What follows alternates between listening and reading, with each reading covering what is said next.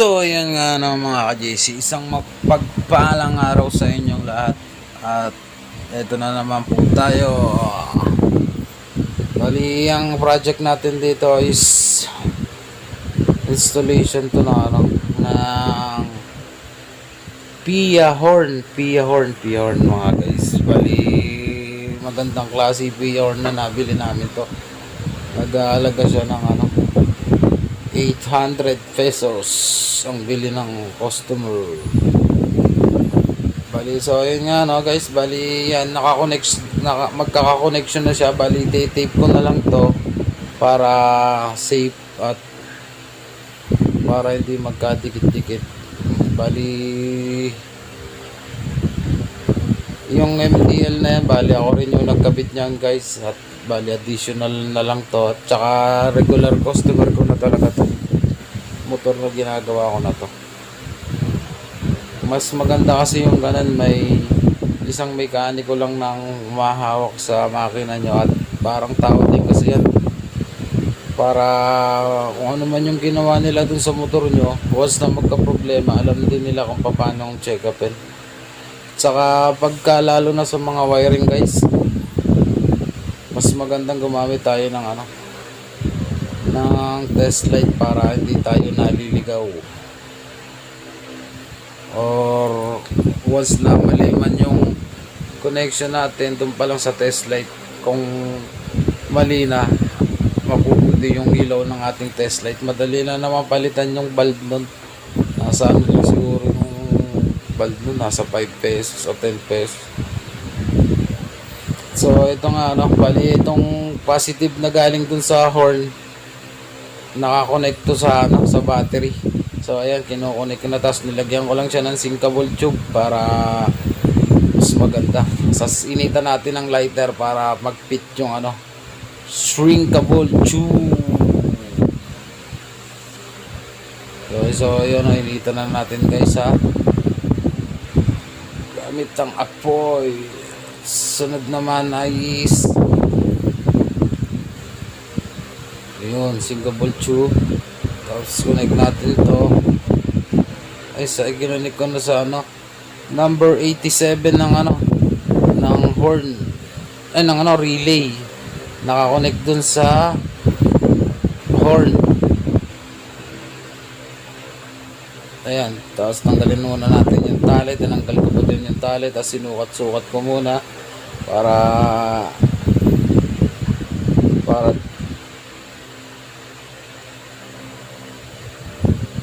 so yun nga tapos medyo niluwag ako muna yung tornilyo ng horn, tapos para tipan ko at para hindi pangit tignan ang wirings, kailangan nating iayos to para hindi spaghetti. So ayun, na-tape lang natin para mas malinis siyang tignan at hindi sala sa labat.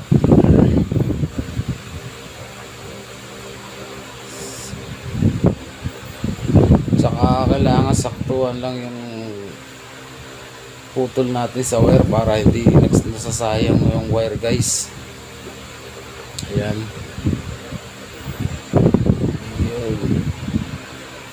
Yung tape lang, sige, tape mo lang para walang kita, para hindi kita yung wire. Yan, sige, tape. Si customer naman ang bumibili ng tape, ilagay mo na, ilagay dyan lahat dyan, JC. Ayan, tape mo lang ng tape. Yan, tape ulit. Tapos itong relay, sukat ulit. Tapos lulugan ko po yung nasa baba dyan guys, para iangat ko. Tapos yan, para yung wire ma-adjust pataas kung saan ko ilalagay yung relay. Tapos ipitan na natin. So nakita ko na yung tamang adjust ng horn. Yan. So ayun So ayun nga guys, bali sukat na naman para malaman natin kung saan talaga natin ito tornilyo. Tapos nilagyan ko muna to ng tape para malinis. Yan, sige, tape mo lang na i-tape. So napakadali lang naman na to guys, gamit ang relay kasi natin is ang number niyan yung number 30, connect natin sa positive ng battery, tapos yung number 86 tsaka 85 i-connect natin to dun sa sa pinagtanggalan ng stock horn. Yung stock, dalawa lang yan, kahit magkabaligtad yun guys, yan na lang, saksak nyo lang dun sa 85 tsaka 86 ng relay. Tapos yung number 87 i-connect nyo dun sa may horn, sa horn. Pagko-connection nyo yung dalawang terminal nun, pagsamahin nyo lang, tapos connect nyo dun sa number 87 ng horn. Tapos yung isa, pag-connecting nyo din sa, galing sa horn papuntang ground, papuntang negative ng battery. Sa battery nyo na po i-direct. Tapos battery, pero gamit pa rin tayo ng fuse guys para mas safe po tayo.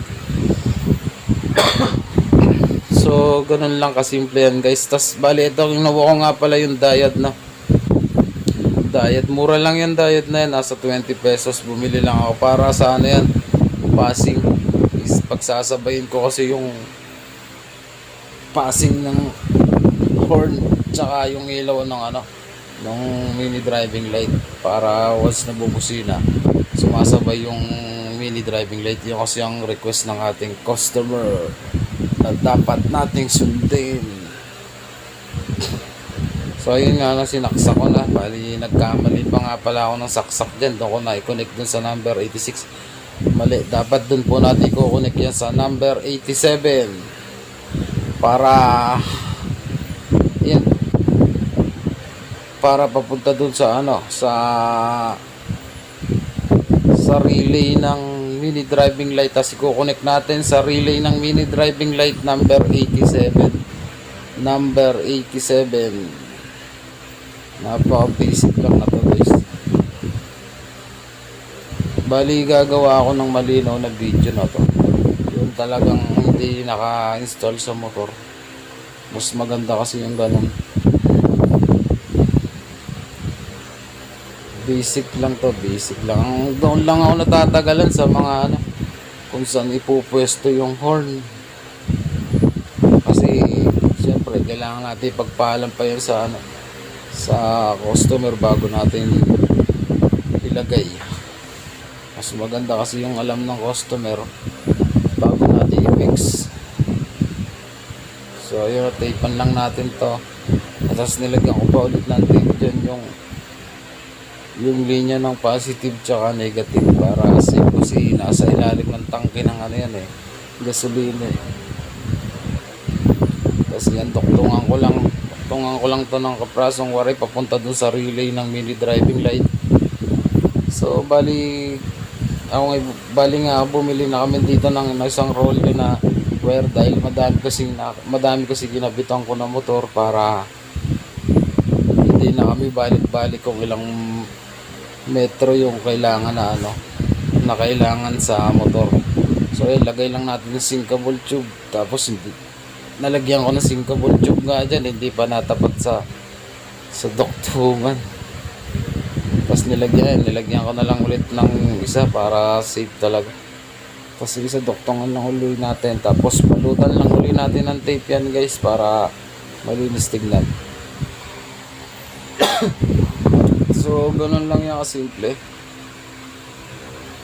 Tapos lagyan ng sinkable tube, balutan ng tape, tapos ilusot ko lang dun yan sa may putas ng chassis pupunta doon sa relay ng mini driving light.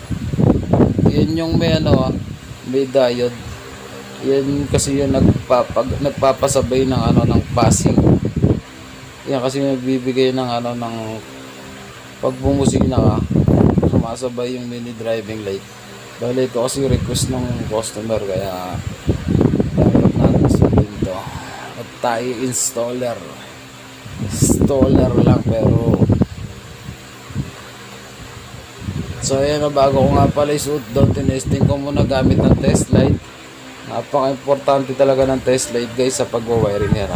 Testing nga natin muna to guys. Ay, madidinig yan. Yan. Kung napansin nyo guys, yan yung magiging ilaw. lakas ng tunog yan. Kada busina yan, dapat yan. Ganyan yung mayayari sa mini driving light, guys. Yan. Tapos yung isa, testingin natin bago natin i-connect doon sa mga wire. Dapat sa test light pa lang na testing na natin yan para wala tayong maging problema. Para hindi pa ulit-ulit ang trabaho. Mayroon maghula-hula. So ayan ang testing kusina ulit.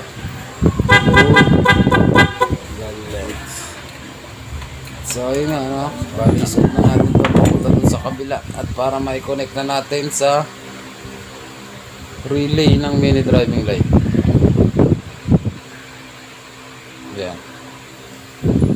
So ayun nga, no? Ayan.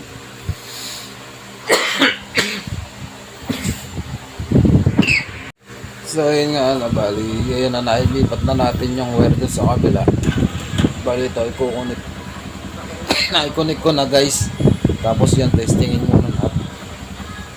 muna natin kung gagana na siya. Yun, bali gumagana na siya. So yan, busina. Pag busina mo, sasabay dun sa may mini driving light. Napaka basic lang na to, guys.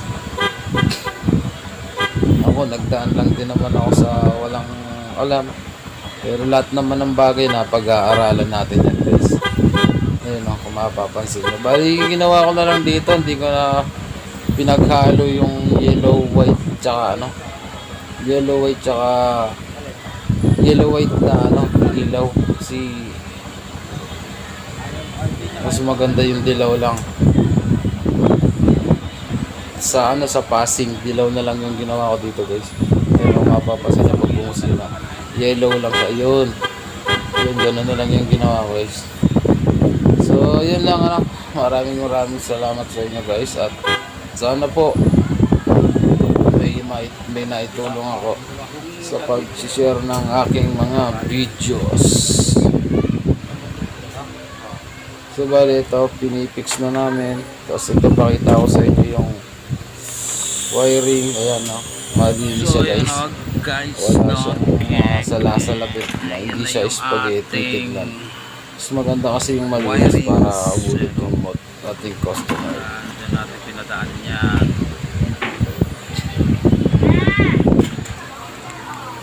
So ayan na, guys, ito yung ating wiring. Ayan. Malinis, walang nakalabas. Positive, negative with terminal. Walang nakalabas.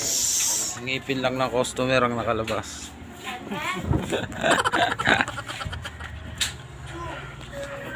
Testingin na natin yan.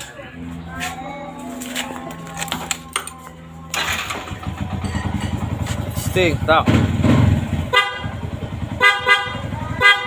Goods ba, goods? JC Watts. JC Watts.